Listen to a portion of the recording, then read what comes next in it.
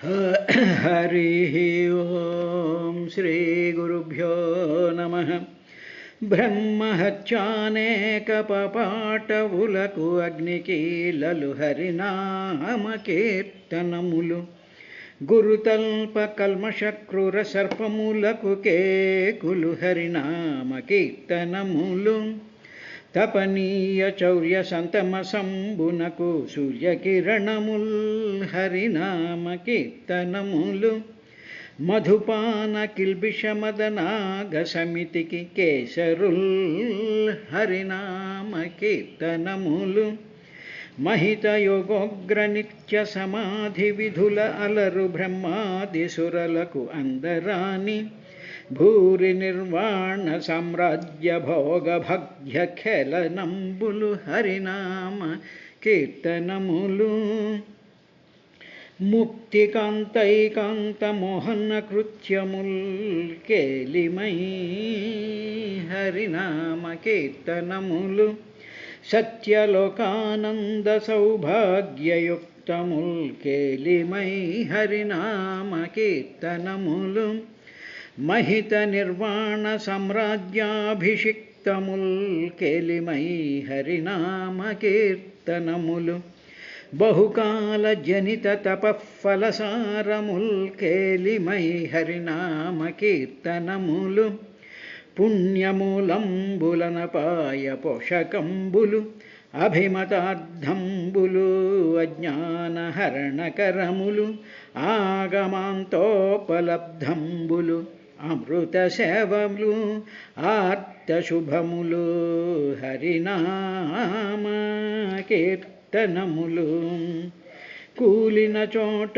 గొట్టువడి కుందిన చోట మహాజ్వరాదులం బ్రేలిన చోట సర్పముఖ పిడలనందిన చోట ఆర్తులై తులిన చోట విష్ణు భవదురుని పెర్కొనిరేని మీద అక్కలుని యతనా వితతి కనరు పునరు దుఃఖ భావముల్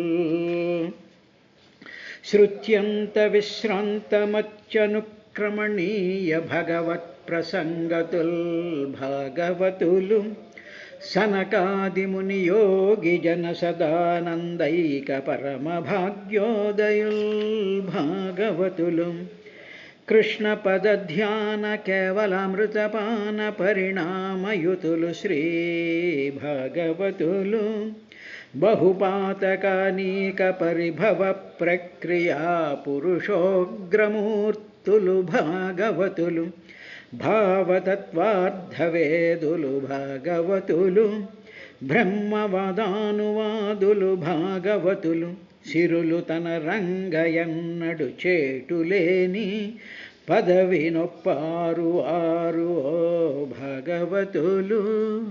హరిః ఓం శ్రీ గురుభ్యో నమః.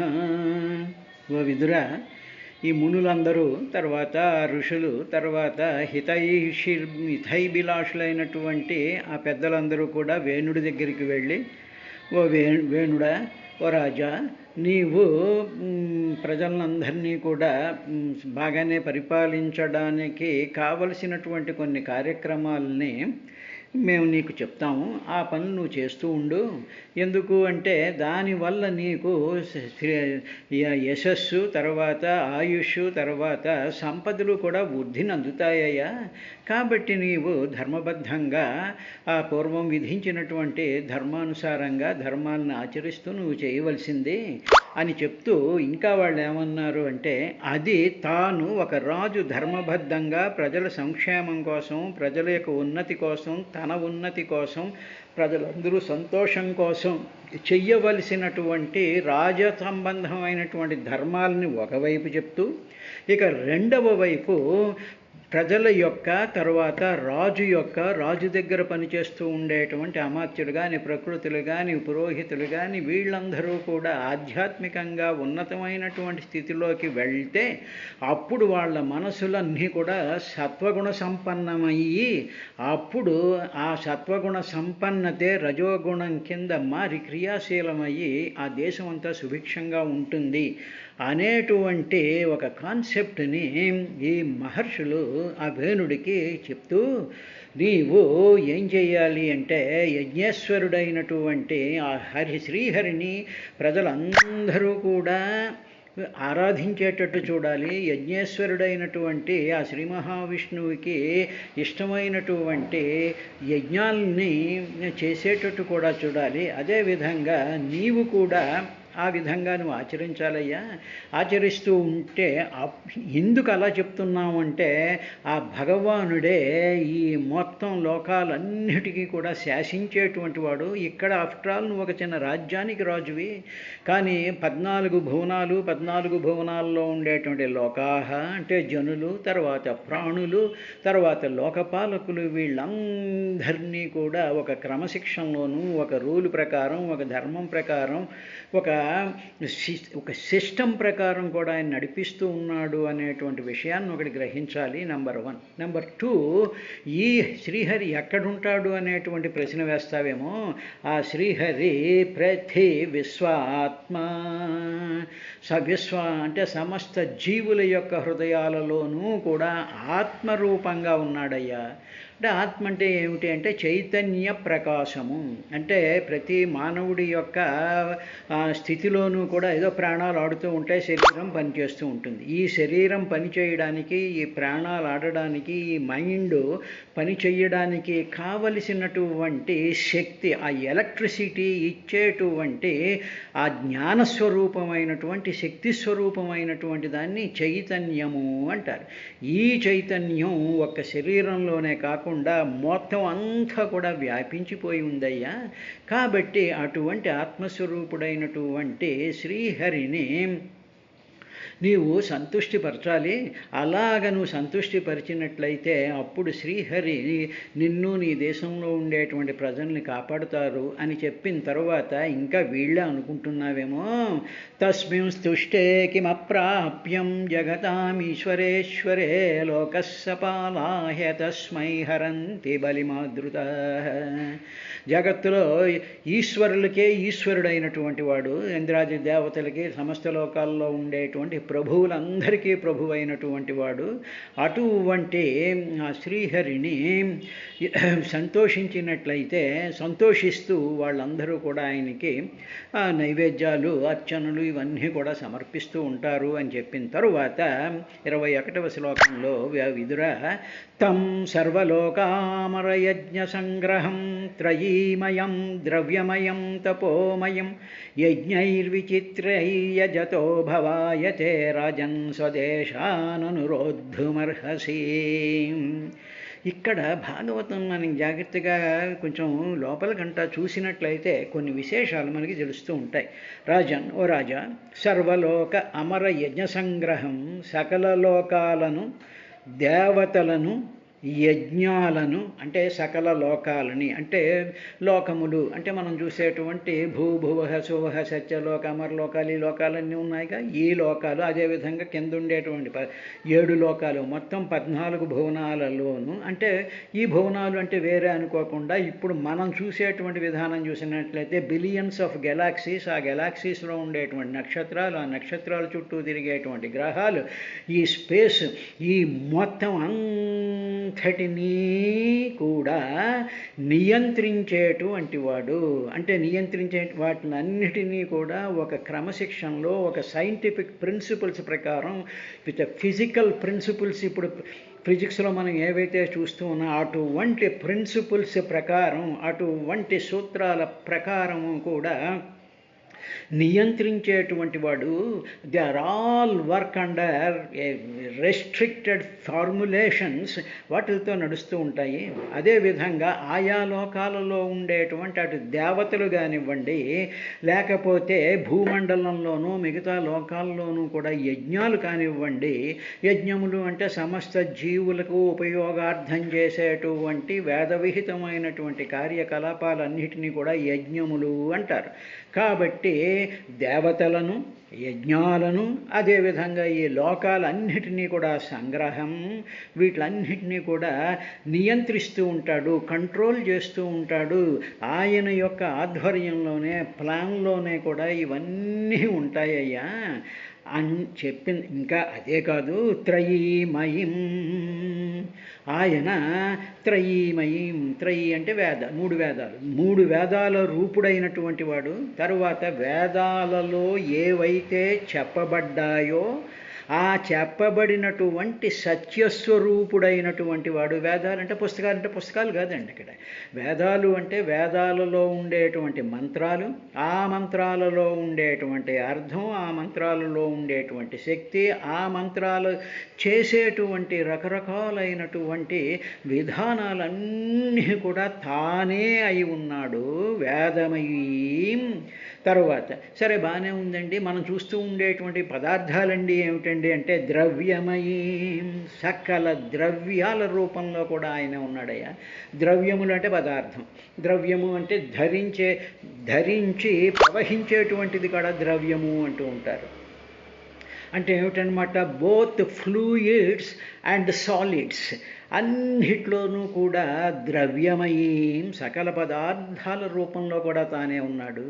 అంటే ఏమిటన్నమాట, మనం చూసేటువంటి చిన్న ఎలక్ట్రాన్ కానివ్వండి, బ్రహ్మాండమైనటువంటి నక్షత్రాలు కానివ్వండి, గెలాక్సీలు కానివ్వండి, యజ్ఞాలలో ఉండేటువంటి మంటలు కానివ్వండి, అక్కడ ఉండేటువంటి ఇటుకలు కానివ్వండి, వాటిని అందుకోవడానికి వచ్చేటువంటి దేవతా స్వరూపాలు కానివ్వండి, చేయించేటువంటి ఋత్విక్కులు కానివ్వండి, ఎవరైనా సరే సర్వము కూడా విష్ణువే అనేటువంటి విధానాన్ని వాళ్ళు ఆ రాజుకు చెప్తూ, ఇంకా అందుకనే మనకి హరిమయము విశ్వమంతయు, హరి విశ్వమయుండు సంశయము పని లేదు, ఆ హరిమయము గాని ద్రవ్యము పరమాణువు లేదు వంశపావన వింటే.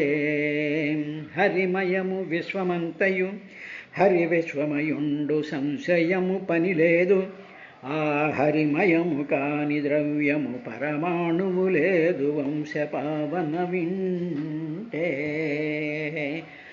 కాబట్టి ఓ వేణు, అది వినాలి నువ్వు. తరువాత యజ్ఞైర్విచిత్రైర్యజతో భవాయతే రాజన్ స్వదేశాననురోద్ధుమర్హసి. అదే కాదు, తపోమయుడు కూడా ఆయన, వేదమయుడు, తపోమయుడు, ద్రవ్యమయుడు, సర్వలోక అమర యజ్ఞ సంగ్రహం కలిగినటువంటి వాడు, సమస్తమైనటువంటి తపస్సులు కూడా ఆయనే. అంటే తపస్సు అంటే తపించుట. ఏమిటి తపించడం అంటే, నాకు భగవంతుడు కావాలి, భగవంతుడి పాదాలు కావాలి, భగవంతుడిని చూడాలి, భగవద్ అనుభవాన్ని పొందాలి, నా నిత్యము నా మనసంతా భగవన్మయం అవ్వాలి అని ఎవరైతే తపిస్తూ ఉంటారో ఆ తపన కూడా తానే. అటువంటి తపన కానీ మనకు కలిగితే ఓహో భగవంతుడు మనలోకి వచ్చాడన్నమాట. వచ్చి మన యొక్క మనసుని, మన శరీరాన్ని, మన వాక్కుని కూడా తపించేటట్టు చేస్తున్నాడు అంటే ఆ శ్రీహరి మనలోనే ఉన్నాడు అనేటువంటి విధంగా సాధకులు చెయ్యాలయ్యా అని చెప్తూ తం, అటువంటి శ్రీహరిని విచిత్రై, రకరకాలైనటువంటి యజ్ఞాల చేత తే నీవు ఓ వేణుడ భవాయ, నీ అభివృద్ధి కోసం, నీవు సుఖంగా ఉండడం కోసం, నీకు కీర్తి కలగడం కోసం, నీవు ఎక్కువ కాలం బతకడం కోసం, నీవు ఆనందంగా ఉండడం కోసం విచిత్రై యజ్ఞై చే, అవి ఎందుకు చేయాలంటే నీ అభివృద్ధి కోసం. తరువాత యజత, ఆ శ్రీహరిని ఆరాధించేటువంటి స్వదేశాన్, నీ దేశంలో ఉండేటువంటి ప్రజలందరూ కూడా దీన్ని అనుసరిస్తూ ఉన్నారుగా. వాళ్ళ మంచి పనులు చేస్తూ ఉన్నప్పుడు నీవు కూడా స్వదేశాన్, నీ దేశంలో ఉండేటువంటి జనులను అనురోద్ధం, వాళ్ళని అటువంటి యజ్ఞాలు చేయించేటట్టు విధంగా నీవు చెయ్యాలయ్యా. అదేవిధంగా వాళ్ళు చేస్తున్నప్పుడు నువ్వు కూడా వాళ్ళని అనుసరిస్తూ ఉండాలి. నీ దేశవాసులను అనురోద్ధం, అనుసరించాలి నువ్వు. వాళ్ళు మంచి పని చేస్తూ ఉంటే నువ్వు కూడా వాళ్ళని అనుసరిస్తూ ఉండాలి. నువ్వు అనుసరిస్తే వాళ్ళు అనుసరిస్తుంటారు. కాబట్టి ఇటువంటి పని చేయడానికి అర్హసి, నీవు తగుదువు. అంటే నీకు ఆ అర్హత ఉంది, రాజుగా నీకు ఆ అర్హత ఉంది. అందరి చేత చేయించేటువంటి అర్హత నీకుంది, మిగతా వాళ్ళకి అలా లేదు, ఎవరి వాళ్ళని వాళ్ళు ఉంటారు. కానీ నువ్వు రాజు కాబట్టి త్వం అర్హసి, నీకు అధికారం ఉంది, అర్హసి ఉంది అని చెప్పి ఇంకా ఏమన్నారంటే యజ్ఞేన యుష్మద్విషయే ద్విజాతిభిః వితాయమానేన సురాః కలహరేః స్విష్టాः సుతుష్టాः ప్రతిశంతి వాంఛితం తద్ధేళనం నార్హసి వీర చేష్టితం. వీరుడైనటువంటి వాడా, యుష్మత్ విషయే, నీ సామ్రాజ్యం ఉంది కదా, నీ రాజ్యం ఉంది కదా, నీ రాజ్యంలో ద్విజాతిభిః, రెండుసార్లు పుట్టినటువంటి వాళ్ళు అంటే గాయత్రి అయిన తర్వాత మరో జన్మ ఎత్తింది అంటారు కాబట్టి ఆ ద్విజాతులు అంటే బ్రాహ్మణుల చేత వితాయమానేన నిర్వహించేటువంటి వాళ్ళందరూ, ఈ బ్రాహ్మణులందరూ ఏం చేస్తూ ఉంటారంటే యజ్ఞాలు నిర్వహిస్తుంటారు, కర్మానుష్ఠానాలు చేయిస్తూ ఉంటారు, యాగాలు, హోమాలు, పవిత్రమైనటువంటి ఉత్సవాలు ఇవన్నీ చేయించేటువంటి వాళ్ళు నిర్వహించేటువంటి యజ్ఞేన, వాళ్ళు నిర్వహించేటువంటి ఈ యజ్ఞ కార్యక్రమాలచే హరే, ఆ శ్రీహరి యొక్క కళాహ, ఆ శ్రీహరి యొక్క కళలు అంటే శ్రీహరి యొక్క అంశులైనటువంటి సురాహ సుయిష్టాహ, ఈ బ్రాహ్మణులందరూ కూడా శ్రీహరి యొక్క అంశులైనటువంటి ఇంద్రాది దేవతలు, దిక్పాలకులు, మిగతా రకరకాలైనటువంటి దేవతాశక్తులు అందరినీ కూడా సయిష్టాహ చక్కగా ఆరాధిస్తున్నారయ్యా ఈ బ్రాహ్మణులందరూ కూడా వేద విహితంగాను. అలాగ చేస్తూ ఉంటే అప్పుడు ఆ దేవతలందరూ కూడా సుతుష్టాహ చాలా సంతోషిస్తారయ్యా. వరుణుడు కానీ, అగ్ని కానీ, వాయువు కానీ, తర్వాత అశ్విని దేవతలు కానీ, దిక్పాలకులు కానీ, వీళ్ళందరూ కూడా చాలా సంతోషించి ఏం చేస్తారంటే వాంఛితం ప్రదిశంతి, వాళ్ళు ఆ దేవతలు సంతోషించి వాంఛితం కోరినటువంటి కోరికలను ప్రదిశంతి నెరవేరుస్తూ ఉంటారయ్య వాళ్ళు దేవతలు. కాబట్టి నీవు తత్ హేళనం, ఆ దేవతలు ఎవరు అంశులు? వాళ్ళు దేవతలంతా శ్రీహరి యొక్క అంశులే కాబట్టి వాళ్ళని నీవు హేళనం తిరస్కారం చేస్తున్నావు, వేళాకోళం చేస్తున్నావు, యజ్ఞాలు వద్దంటున్నావు, పూజలు వద్దంటున్నావు, కొత్త కొత్త ప్రోగ్రాములు అంటున్నావు, ఫోటోలు అంటున్నావు, హ్యాపీ బర్త్డేలు అంటున్నావు, అవంటున్నావు, ఇవంటి ఈ పనికిరాని పనులన్నీ చేస్తున్నావు నువ్వు. ఇవి కాదు నువ్వు చేయాల్సినటువంటిది. ఆ దేవతల్ని సంతుష్టిపరిచేటువంటి తపస్సు, ధ్యానం, పారాయణం, ఒక నిష్ఠ, ఒక డిసిప్లిన్గా ఉండాల్సినటువంటి పనులు చేయాలయ్యా. అలాగ చేయకుండా తత్ హేళనం, ఆ హేళనం, ఆ వేళాకోళం కింద చాలా లైట్గా తీసేసుకుంటూ చేస్తూ ఉండేటువంటి ఆ తిరస్కారాన్ని చేష్టితం నా అర్హసి, అలా చేయకూడదు నీవు, నీకు అర్హత లేదు, నీకు ఏ విధమైనటువంటి అటువంటి హేళన చేసేటువంటి అర్హత లేదు. ఎందుకంటే you are very weak fellow అనేటువంటి ఒక భావం వాడి మనసులోకి ఎక్కేటట్టు వీళ్ళు చెప్పారు. ఎందుకంటే దేవతలందరూ కూడా శ్రీహరి యొక్క కళాంశులైన వాళ్ళు, చాలా శక్తి సమన్వితులైనటువంటి వాళ్ళు. ఆఫ్టర్ ఆల్ నువ్వు ఒక రాజువి అన్నట్టు ఫీలింగ్ కలిగించేటట్టు చెప్తూ వాళ్ళు మర్యాదగా మాట్లాడాలి. అది వాడు దుర్మార్గుడిగా, ఆ దుర్మార్గుడితో సరిగ్గా మాట్లాడకపోతే వాడు తప్పుగా అర్థం చేసుకుంటే న్యూసెన్స్ అయిపోతుంది. అందువల్ల శ్రీహరిని తిరస్కరించడం నీకు తగదయ్యా అని చెప్పి పాపం ఈ మహర్షులు వీళ్ళందరూ కూడా చెప్పారయ్యా విదురా. చెప్పిన తర్వాత ఇంక వాడు ఏం మాట్లాడుతున్నాడు అంటే, దుర్మార్గుడికి, అవినీతిపరుడికి, దుష్టుడికి, బుద్ధి లేనటువంటి వాడికి, మూర్ఖుడికి ఏం చెప్పినా వాడు ఎందుకు మారడు అనేటువంటి దృష్టాంతాలు మనకి అనేకమైనటువంటి పురాణాల్లో ఉన్నాయి. సరే, బాగానే ఉంది, ఈ కాలంలో కూడా మనకు ఉన్నాయి. ఏమయ్యా నువ్వు అవినీతి చేస్తున్నావయ్యా, నువ్వు బెయిల్ మీద ఉన్నావయ్యా, నువ్వు ఇన్ని చేస్తున్నావు, ఇన్ని ద్రోహాలు చేసావు, ఇన్ని స్కాములు చేసావు, ఇంత డబ్బు తినేసావు, నువ్వు చెయ్యకూడదు అని చెప్పి ఎవరు చెప్పినా సరే వాడు మాత్రం నేను చేసినవన్నీ మంచివే, నేను చేసినవన్నీ కరెక్టే అనుకునేటువంటి పరమ నీచమైనటువంటి మనస్తత్వం చూసారా. ఆ మనస్తత్వం ఆ వేణుడి నుంచే ఈ కలియుగంలో పాలకులకు అందరికీ వచ్చినట్టుగా కనిపిస్తూ ఉంటుంది. అప్పుడు వేణ ఉవాచ, వేణుడు, ఆ వేణుడు ఈ విధంగా చెప్పాడయ్యా విదురా. ఏమన్నాడంటే, బాలిసా బత యూయం వా అధర్మే ధర్మమానినః ఏ వృత్తిదం పతిం హిత్వా జారం పతిముపాసతే.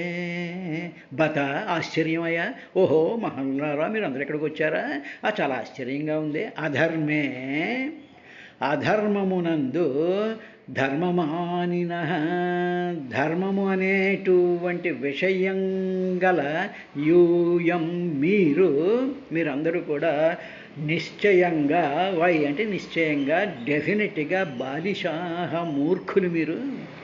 అధర్మాన్ని పట్టుకుని ధర్మం అని చెప్పి మాట్లాడుతూ ఉన్నారు కాబట్టి డెఫినెట్లీ అంటే వై అంటే డెఫినెట్లీ నిశ్చయంగా బాలిషాహ మీరు మూర్ఖులు, ఆర్ ఆల్ స్టూపిడ్ ఫెలోస్ అన్నాడు. మీరు పైగా ఏమిటంటే మీరు వృత్తిదం పతిం హిత్వా, నేనేమో మీకు అందరికీ సంక్షేమ పథకాలు ఇస్తున్నానా, మీ అందరినీ రక్షించడం కోసం అని చెప్పి పోలీసు వ్యవస్థను పెట్టానా, మీ అందరినీ రక్షించడం కోసం డిఫరెంట్ డిపార్ట్మెంట్లు పెట్టానా, మీకోసం ఉద్యోగాలు క్రియేట్ చేశానా, మీకోసం ఏమో రకరకాల రోడ్లు వేయిస్తున్నానా, అవి చేయిస్తున్నానా. మీరు వృత్తిదం జీవికను కలిగించేటువంటి ప్రభువుని నేను, పతిం నేను, ప్రభువుని నేను, ఇన్ని పనులు చేస్తూ ఉంటే హిత్వా నన్ను విడిచేసేసి జారం పతిం ఉపాసతే, విటుణ్ణి, జారుడు అంటే విటుడు, ఒక విటుణ్ణి పతిం ప్రభువుగా ఉపాసిస్తూ ఉన్నారయ్యా. అంటే ఏమిటనమాట, భర్తను విడిచేసి భర్తను వదిలేసేసి విటుడు వెనకాల పడేటువంటి సేవించేటువంటి స్త్రీలాగా మీరు, ఎవరో విష్ణు ఎవరో ప్రభు, వాడు కనిపిస్తాడా వస్తాడా, వాడు కనిపించడం లేదు కదా, కనిపించినటువంటి వాడిని ఏదో మీరు ఊహించుకుంటూ అధర్మంలో ధర్మం ఉంది, మీరంతా అధర్మంలో ఉంటూ ఆ అధర్మాన్ని ధర్మం అని చెప్పేసేసి మీరు నాకు ఇక్కడికి ఉపన్యాసం చెప్పడానికి వచ్చారే, చాలా ఆశ్చర్యంగా ఉందే, ఆ మాత్రం నాకు తెలీదా అని ఆ శ్రీహరిని విటుడని, ఈ ధర్మాన్ని ఆచరించేటువంటి వాళ్ళందరూ కూడా స్త్రీలని, ఈ స్త్రీలందరూ కూడా వాళ్ళ భర్తల్ని వదిలేసేసి వీళ్ళ వెనకాల పరిగెత్తేటువంటి వాళ్ళ కింద భావన చేస్తూ అటువంటి వాడిని మీరు సేవిస్తూ ఉన్నారయ్యా అని చెప్పి నోటికొచ్చినట్టు మాట్లాడడం ప్రారంభించాడయ్యా. అంటే దుర్మార్గుడి యొక్క ఆలోచన, దుర్మార్గుడి యొక్క ప్రవర్తన, దుర్మార్గుడి యొక్క ఆ మానసిక అవస్థ ఆ విధంగా ఉంటుంది. అయిన తర్వాత పైగా ఇంకా ఏమన్నాడంటే, ఆ పక్కన ఉండేటువంటి మంత్రుల్ని వాళ్ళని, ఈ వచ్చినటువంటి మునుల్ని వీళ్ళని చూపిస్తూ అవజానంచమీ మూఢా నృపరూపిణమీశ్వరం నాను విందంతే తే భద్రమిహ లోకే పరత్రచ. అమీ అమీ అంటే ఈ అలా వాళ్ళ వైపు చేతులు చూపిస్తూ ఆ మునుల వైపు ఈ మూఢా, ఈ మూర్ఖులున్నారే వీళ్ళు నృపరూపిణం, రాజు రూపంలో ఉండేటువంటి ఈశ్వరుణ్ణి నేను, రాజు రూపంలో ఉండేటువంటి నేను ఈశ్వరుణ్ణి, నేనే ప్రభువుని, నేనే శ్రీహరిని అన్నట్టుగా నేను రాజు రూపంలో ఉన్నాను. అలాంటి నన్ను ఈశ్వరుణ్ణి అవజానంతి అవమానిస్తున్నారు. వీళ్ళు వచ్చి నాకు ధర్మాలు చెప్తారా, నీతికి చెప్తారా, శ్రీహరిని పూజించమంటారా, ఇలా చెప్పేటువంటిది నన్ను అవజానంతి, నన్ను అవమానిస్తూ ఉండేటువంటి తే వీళ్ళు ఇహ ఈ లోకమందు పరత్రచ పరలోకంలో కూడా భద్రం కళ్యాణాన్ని అనువిందతి, పైన వీళ్ళకి ఈ లోకంలో కానీ పరలోకంలో కానీ వీళ్ళకి ఏ విధమైనటువంటి భద్రం అంటే కళ్యాణం, శుభం, మంగళాలు, మంచి సత్కర్మతో చేసేటువంటి ఫలితాలు ఇవన్నీ కూడా భద్రం అంటారు. ఈ భద్రం వీళ్ళకి పైలోకంలో కానీ ఈ లోకంలో కానీ పొందరు. వీళ్ళు ఎవరో కనిపించినటువంటి వాడిని ఎవరినో పట్టుకుని వాడు ప్రభు అంటాడు, వాడు తపోమయుడు అంటాడు, వాడు ద్రవ్యమయుడు అంటాడు, వాడు యజ్ఞస్వరూపుడు అంటారు, దేవతల యొక్క అంశులు అంటారు.